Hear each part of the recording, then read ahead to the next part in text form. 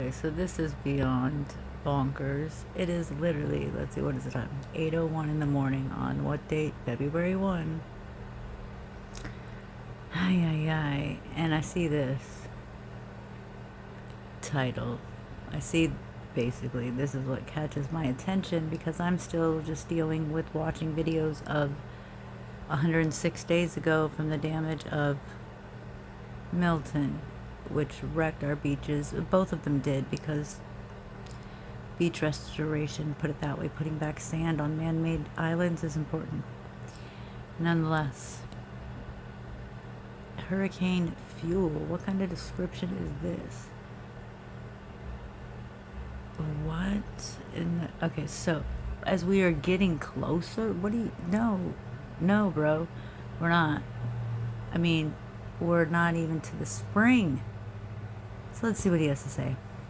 Thank you for joining me. I'm meteorologist Brian Shields, and thank you as we get closer to the hurricane season for subscribing. Over 700,000 subscribers on this channel. I do believe it's the best weather community out there, so thank you for subscribing and being part of that. I do want to touch on the upcoming hurricane season and the biggest warm-up of Let me, okay, just say briefly that I'm gonna try.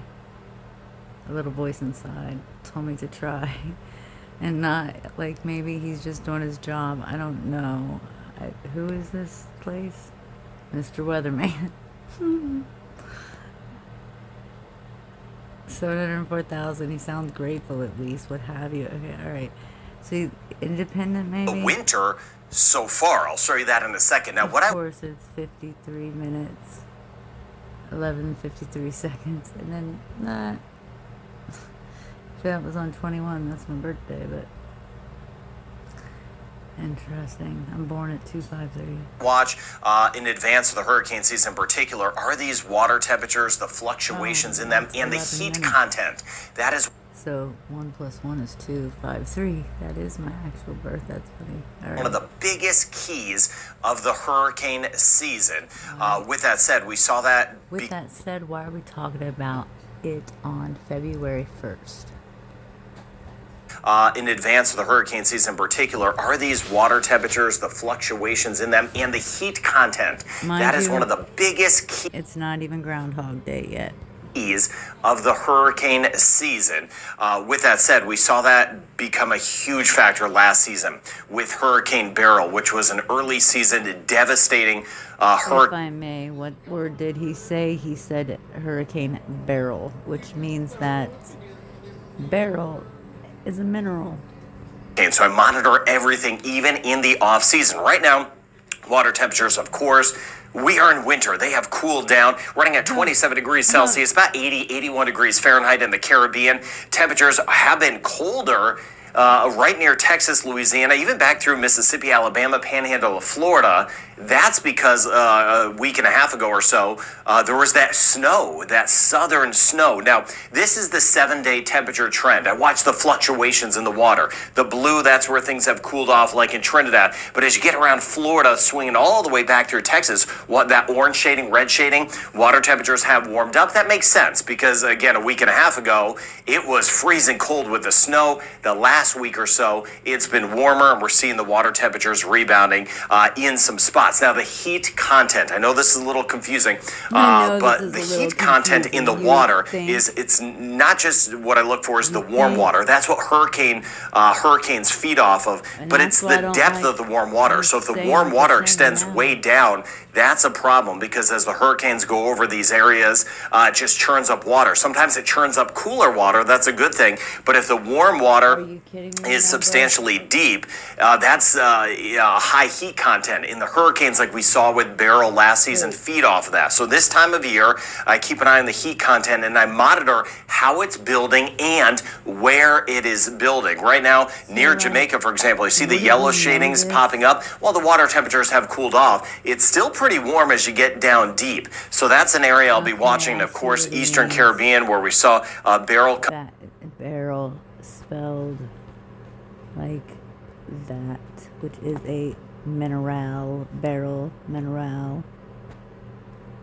through, but just know that behind the scenes, I'm watching everything leading up to the upcoming hurricane season. That heat content is running a little bit higher than usual once again, so I'll be watching out for that over the next couple of months. Now, getting into this big winter warm up, the next winter systems, we've had one system rolling by the Atlantic region to Canada, over toward California, the Pacific Northwest of the United States, over toward British Columbia. Big systems moving in. You can see another one right here flooding in northern California. So watching a lot of activity here. I'll be watching how these progress. There's the system. I'll zoom down into the Atlantic region of Canada, Bermuda in a second. Now this front is not dipping way down into the Caribbean.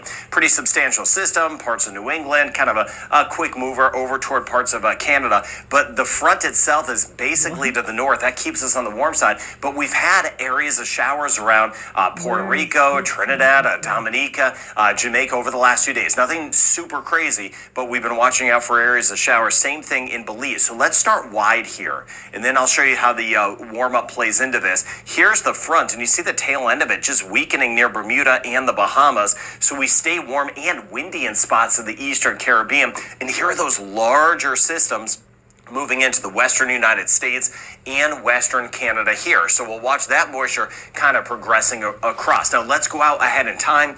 Okay, I feel like just in general, whatever the raindrops and whatever is falling from the sky, and I've caught flurries just like last week a couple times in the daytime and in the nighttime. Like things that look like flurries, something that was clearly falling. It was cold, but that's never happened before. Like there, and I even saw another girl's video on it where she was saying the same thing. This here is by Monday. By Monday, you see a couple little systems, but they're mainly up to the north. So with that, we see this surge of warm air, which I'll be able to show you. And then still watching out for these systems once again rolling in. It's going to be one after another. Big story setting up here. You see California once again, and even over toward the rest of the Rocky Mountains, watching out for that some of that snow in the higher terrain. This here's by Thursday. Still another system here, and here's one working by. This one will be a pretty fast mover, parts of New England, the mid-Atlantic of the United States. But these are up here, so we continue to have that southerly flow. That You just called it the mid-Atlantic, mid-Atlantic. What did he say? Those were interesting words. I never heard them before is what got my attention. Some of that snow in the higher terrain. This here's by Thursday. Still another system here, and here's one working by. This one will be a pretty fast mover, parts of New England, the mid-Atlantic of the United States. But these are up here, so we continue to have that southerly flow that moves in.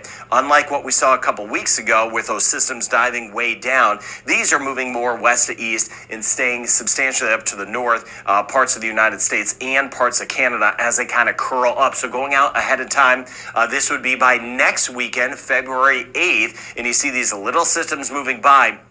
But note that they don't dive down, and another system trying to roll into the Pacific Northwest of the United States. We'll be watching out for some increased rain, though, in parts of the Caribbean. So monitoring that, and I'll show you those. I'll show you the jet stream and that big warm up in a moment. But watching out for a few spotty showers, kind of hit or miss. Antigua, Barbuda, with those winds, even if we get one down through Dominica, St. Vincent and Grenadines, Grenada, generally fast movers. St. Lucia, Barbados, a couple showers. Hit or miss for us in Jamaica. Watching out for a few showers. Panama, Nicaragua, Costa Rica, still Belize and Honduras. We'll see some of those spotty showers around. This here is by tomorrow. See a little green on the map. Belize, Honduras, watching a few showers. Dominican Republic, Puerto Rico, British and U.S. Virgin Islands, passing shower. Trinidad, Barbados, same thing. Hit or miss shower. That will be in the forecast for Sunday. And then as we work forward into next week, just watching out for those spotty showers. Again, the big fronts, they are up to the north. So you see a few areas of rain. Watch out for a couple showers. Nicaragua, the Dominican Republic, over toward Guadeloupe, Martinique, Dominica. We may see a couple of those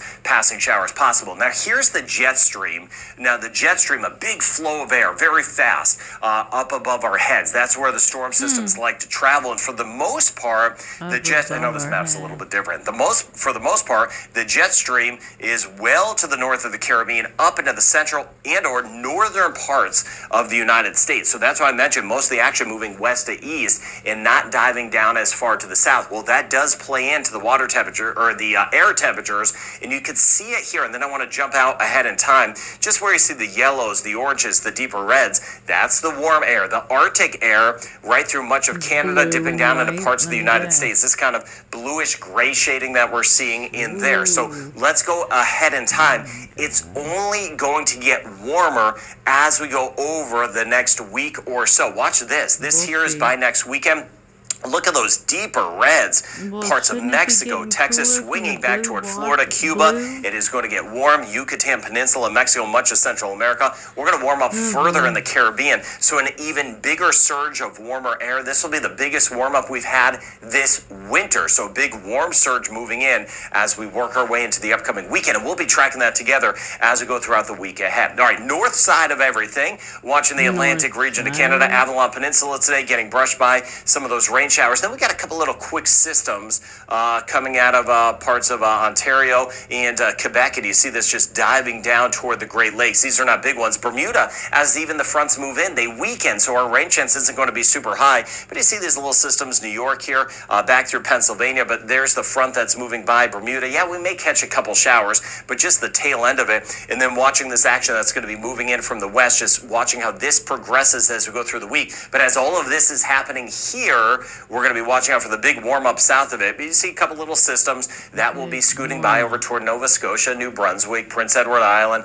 back toward parts of New England, and those bigger systems over toward California and the western United States. Now, with those winds, with all of the action up here, those swells work in the Atlantic passageways, watching the Atlantic waters, they're going to be high, just ticking ahead into Monday. And you see, again, everything stays on the elevated side. This is Tuesday. The seas stay on the choppier side, Atlantic waters, right through the Caribbean. So heads up there with that flow coming in. That will be out of the east. Now, rain totals are not going to be high. Even if we get some showers for the most part, you could see either nothing or maybe up to an inch of rain or 25 millimeters of rain, but generally dry. Bahamas, Cuba, hit or miss for us. Is he just like this, what have you, intense because, how do I say,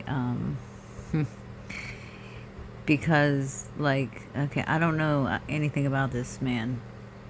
Maybe he's just flipped out from the past few years and is in meteorology, and so he's paying extra attention. I gotta look into it. Because if so, like, I can understand why we would look at this. I mean, I am watching it, right? You know, I do want to know. But I don't have, at the moment, anything really to compare it to, if that makes sense. You know what I'm saying? Look at this guy here. I love that. Yeah, I have literally zero to compare it to. And that's what I'm curious of before I get all crazy at him. Oh, he's got like a little... then we got this guy over here. Because, like, I'm going to have to look at Noah. Look at these little wavy points. I mean, look at this weird thing. That's like neon in the... It's all très bizarre, man. Okay. Like, yeah. I think he just said we're not used to seeing that. It's Cayman Islands, Jamaica. We could get a couple spotty showers, and then they... This is a whole guy over here from like bottom to the top, and the whole crew blow up. And then you got a person there, like, so it's not just in the sky that weird things are forming. Imagine that. Wonder why. Reflections. Eastern end of the Dominican Republic, Puerto Rico, and the British and U.S. Virgin Islands. We may get a couple spots getting around half of an inch of rain. That will be a possibility over the next few days. Same thing. Dominica south, right through Trinidad. So not super high rain totals, but there'll be some showers around, and the rain overall has dropped off in Guyana and Suriname, but still watching near Belize, Yucatan Peninsula, Mexico, and swinging back toward the Caribbean coastal waters, Costa Rica, Panama, for some totals that may top out around 50 millimeters of rain or 2 inches of rain, even a couple showers near Mexico City favoring the east side. So the rain chance holding at about 40% for us the next couple of... Because it is also weird to me, and I want to do statistics on... Let me just go back and see it if I can. Come back. That's what I want to see.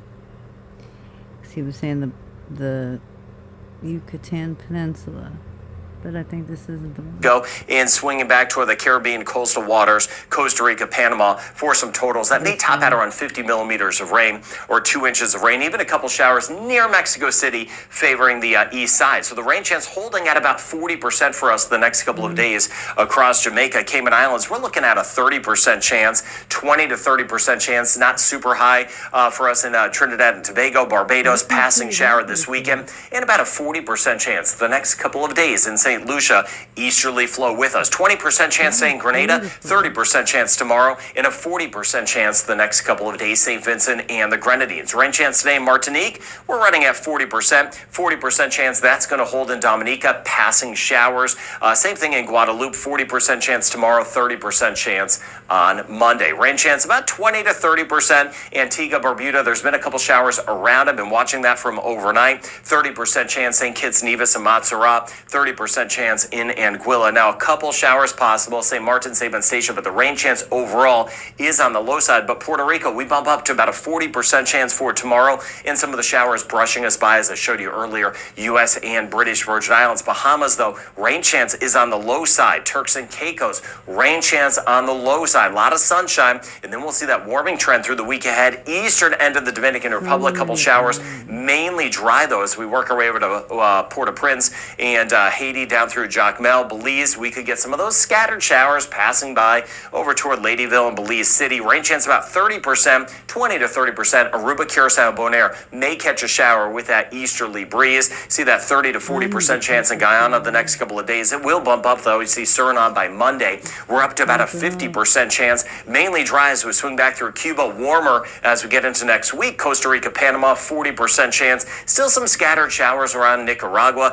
Scattered showers possible. Parts of Honduras, a 40 to 50% chance, including the islands. Guatemala and El Salvador, rain chance stays on the low side, and eastern side of Mexico City to the east, better chance of a few showers, 40% chance across the Yucatan Peninsula. Northern Colombia, rain chance not super high, more to the south, better chance of rain. Same thing in northern Venezuela. And even though we have fronts moving by in Bermuda, the rain chance is not very high. So these cold fronts fall apart. We're watching that one near Canada, but draped near Bermuda today, falling apart. So the warm pattern will continue, tracking some of those areas of rain and those big systems in the western United States. We'll watch together through the week ahead how they progress as they kind of move across, and we'll be tracking that big time warm up on the way, plus more information on that upcoming hurricane season. Thank you for being with me, and have a great weekend ahead. Love Me is about a satellite and a buoy who are sentient beings. Hi. Hi. The last sort of vestiges of humanity. What is life? I don't know if you could tell, but it's date night. Life is people with a dog eating ice cream. They're trying to get to the core of who they are. You're special. You're worthy. You're you. I'm me. And the coolest part is you get to be whatever you want to be. I can be me. It's a triptych in the fact that the first third of it is two machines, and then the next piece of it is they're animated, and then finally, for the last third of it, they're just themselves as they are.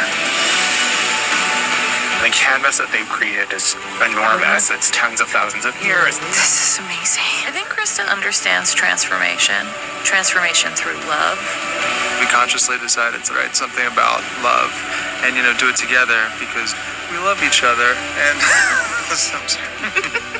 It's kind of like how they say, you know when you know, The motion capture informs the animation piece. So what we're going for here is reality plus. We always want to base that off of the artist's initial performance.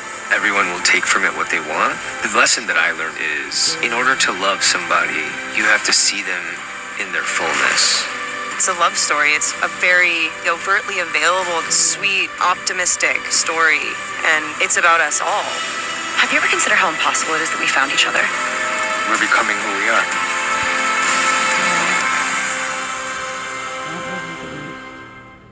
Last line, but interesting. Is a buoy in love? It must want me to see this, whatever the hell this is, because look, it just put it. What the hell is this?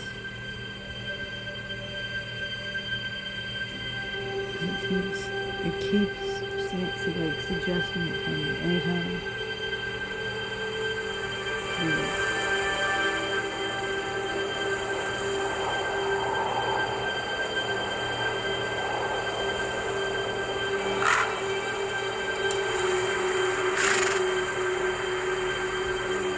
was a terrifying experience, you know.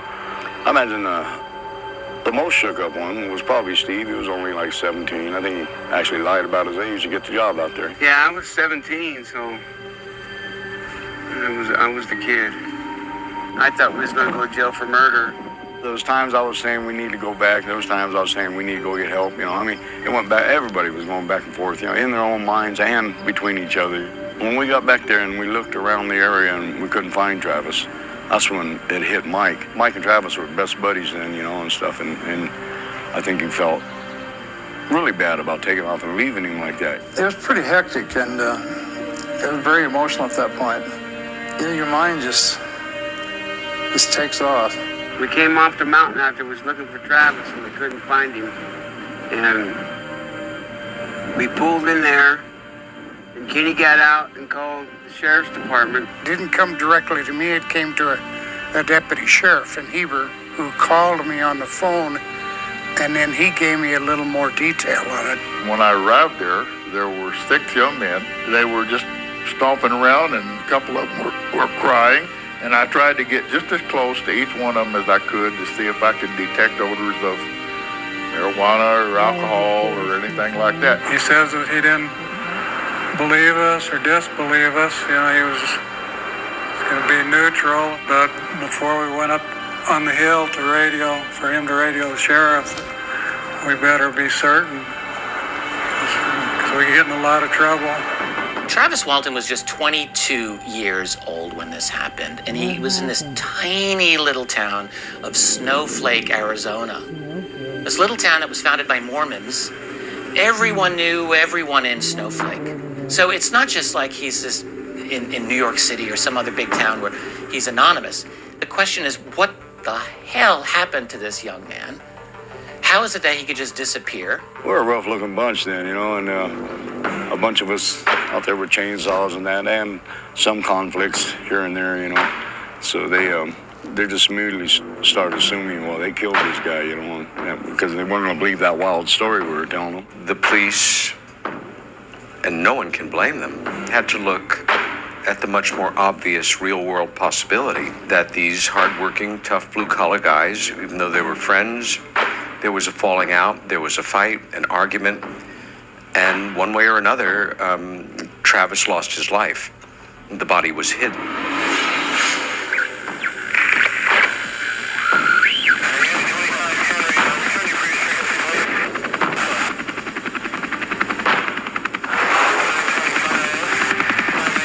When we went to search the next day, they split us up. They had a deputy with each group, and the whole time the deputies asked me, you know, and tell me, well, if you just tell us where the body is and what you did with Travis, we can all go home and get this over with. I think we'd made contact with the dog handler from Arizona State Prison. He came on site and started from the point where it had been pointed out as where the incident occurred. The days proceeded on, and the helicopter went around, and people expanded, and we never found a footprint or a sign anywhere of Travis Walton.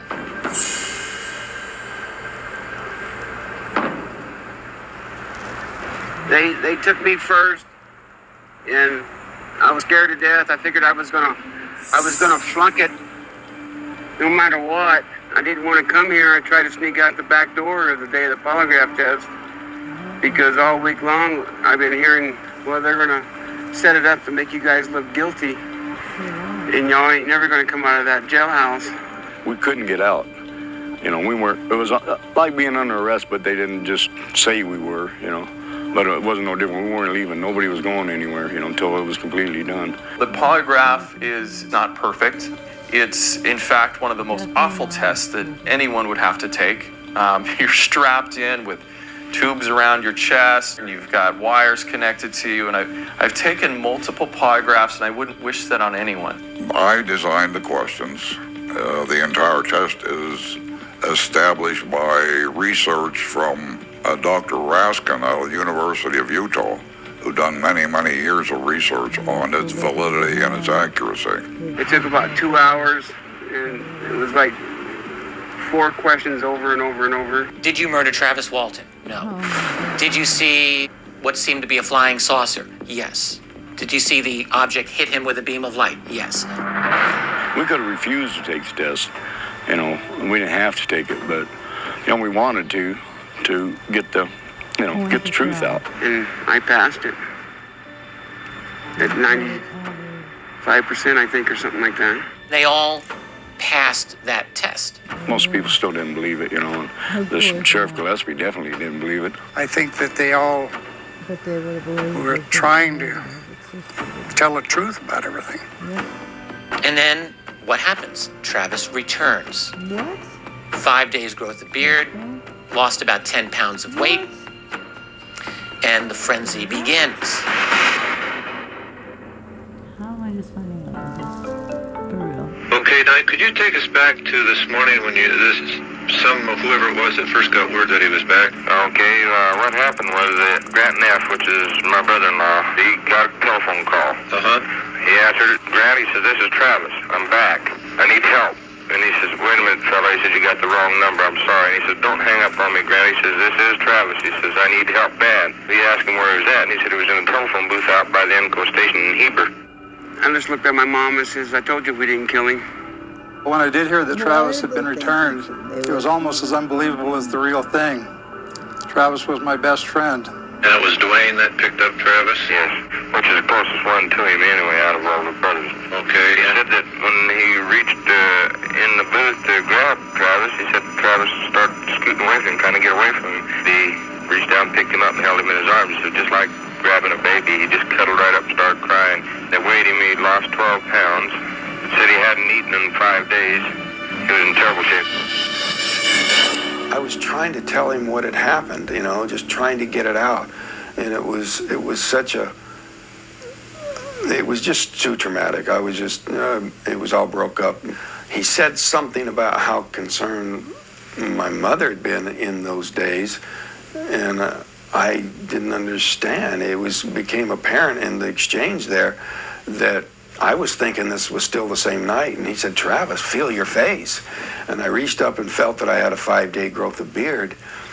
And, you know, that came as really a terrible shock. Travis Walton reappeared after several days with a bizarre story about a ride in an unidentified flying object. But it's been basically a second-hand story. Travis has been in hiding and has not met with the media. Consequently, there have been a lot of questions about the truthfulness of what Travis has had to say. I didn't know he was back until that following night. My mom said someone came by and said Travis is back, but he's in a Tucson hospital. I really kind of went catatonic for a little bit there.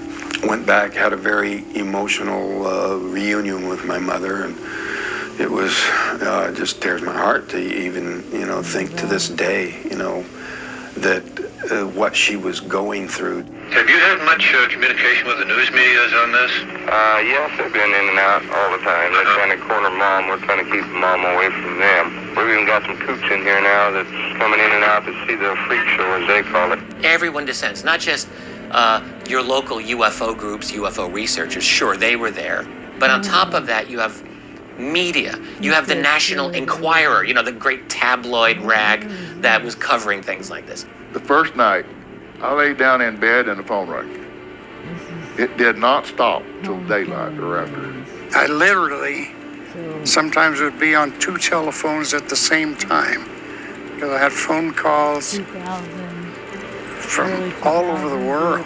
I was called by Canada. I was called by England. I was called by Japan. I was called by Russia. I was called by several Asian countries. I was called call all night long.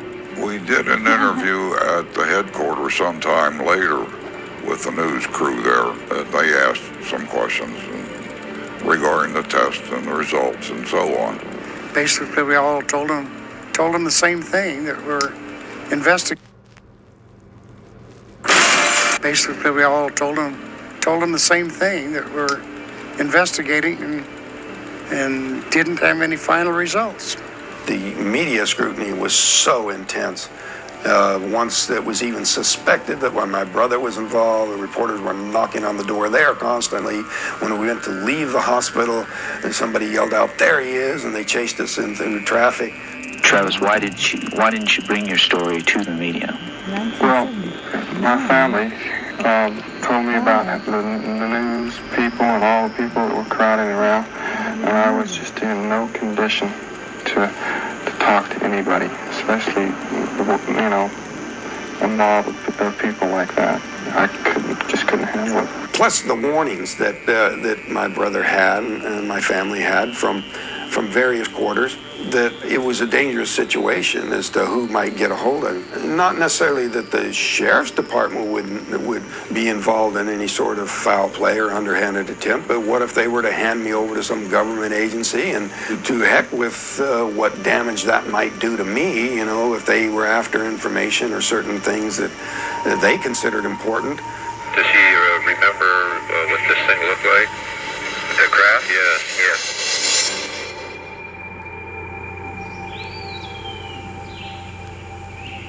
We were working on the Mogollon Rim in the Sitgreaves National Forest, which is the largest ponderosa pine forest in the world. It stretches all the way from south of the Grand Canyon clear into New Mexico.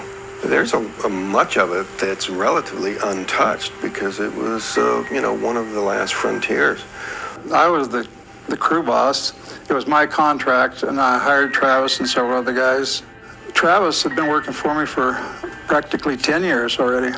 It was gratifying because we were actually, improving the forest. It was called timber stand improvement, to remove damaged and dead trees and clear out certain overgrowth to limit the fire danger and protect the forest.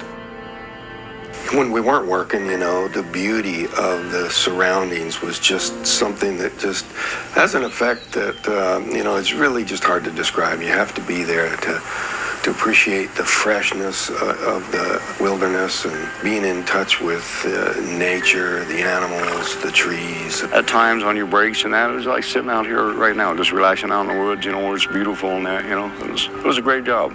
It was early November. Pretty cold, but it would warm up pretty quickly once the sun came up, but not too much so that, you didn't overheat getting work done. I don't remember doing it, but Mike says that I called in sick that morning, and he had to do some talking to get me to go work with him. Come pretty close to missing out on an experience like that. Well, we're always a little behind on the contract. You just get out there and really bust your butt for a couple of days and you get caught back up. That day, we're a little behind, so we worked until it was starting to get dark. We loaded up the equipment and put it in the truck, and we headed out of there.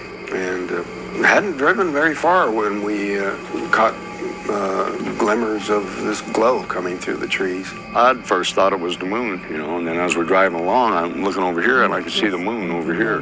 Definitely something out of the ordinary, you don't normally see any light at all out in the woods at night. I'd spent time in I was on an aircraft carrier and that, I'd been around a lot of aircraft and that. Somebody's saying, well, maybe it's a plane crash, but I'm looking at it, and it's not a plane crash. Could be headlights shining up at an angle, maybe a campfire or lights in a tent, something, but that just wasn't kind of fitting in with the lay of the land. It's kind of like light shining through a lampshade. Basically, white, but it's kind of yellowish glow to it. That's what it appeared to me. I urged Mike to hurry up and get up there to where the light was breaking through the trees. There seemed to be sort of an opening through the trees that was letting some of the light shine across the road ahead. And when we broke into the clearing, there it was. This thing was setting about 15 and 25 feet off the ground. It had some kind of a round thing on top like a dome. Basically, it was just very, very sleek, God, it was just absolutely beautiful. As soon as Mike did stop the truck, I was throwing open the door and hurrying towards it, thinking it would just take off almost immediately. Travis had the door open before we even stopped. He was, I don't know why. I'm asking him about that. I said, what were you thinking? I was really, immediately had a greatly growing fear that I had made a foolish move. But I didn't want to betray that to the rest of the guys, and so I kept going, but, at a slower rate. As he got closer, I heard the sound, and it was like a beep. There was a high-pitched alternating frequency that carried real well, but the closer I got, the more subtleties I could hear to the sound, parts of it that seemed to be at the edge of the range of human hearing on the high end and also in the low end, to where you were actually feeling the sound rather than just hearing it with the ear. When my hands were on the steering wheel, I could feel it, and my elbow was on the window. I could feel it through that. It did get a little scary after a while because it started getting more intense, louder, more volume. I jumped into a crouch, which was kind of like down and forward, which brought me that much closer to the crowd, so that when I stood up to run back to the truck, that's what brought my body into the closest proximity to the surface of that craft. Turned my head the other way, and then the woods all lit up a bluish green light. And when I looked back, he's a few feet off the ground and stretched out like this. I mean, it wasn't like he had a muscle at all, you know, or bones. He just crumpled up right there. I thought he was dead. And that's when Mike started the truck up and took off. We drove down the road maybe a quarter mile, half mile, you know,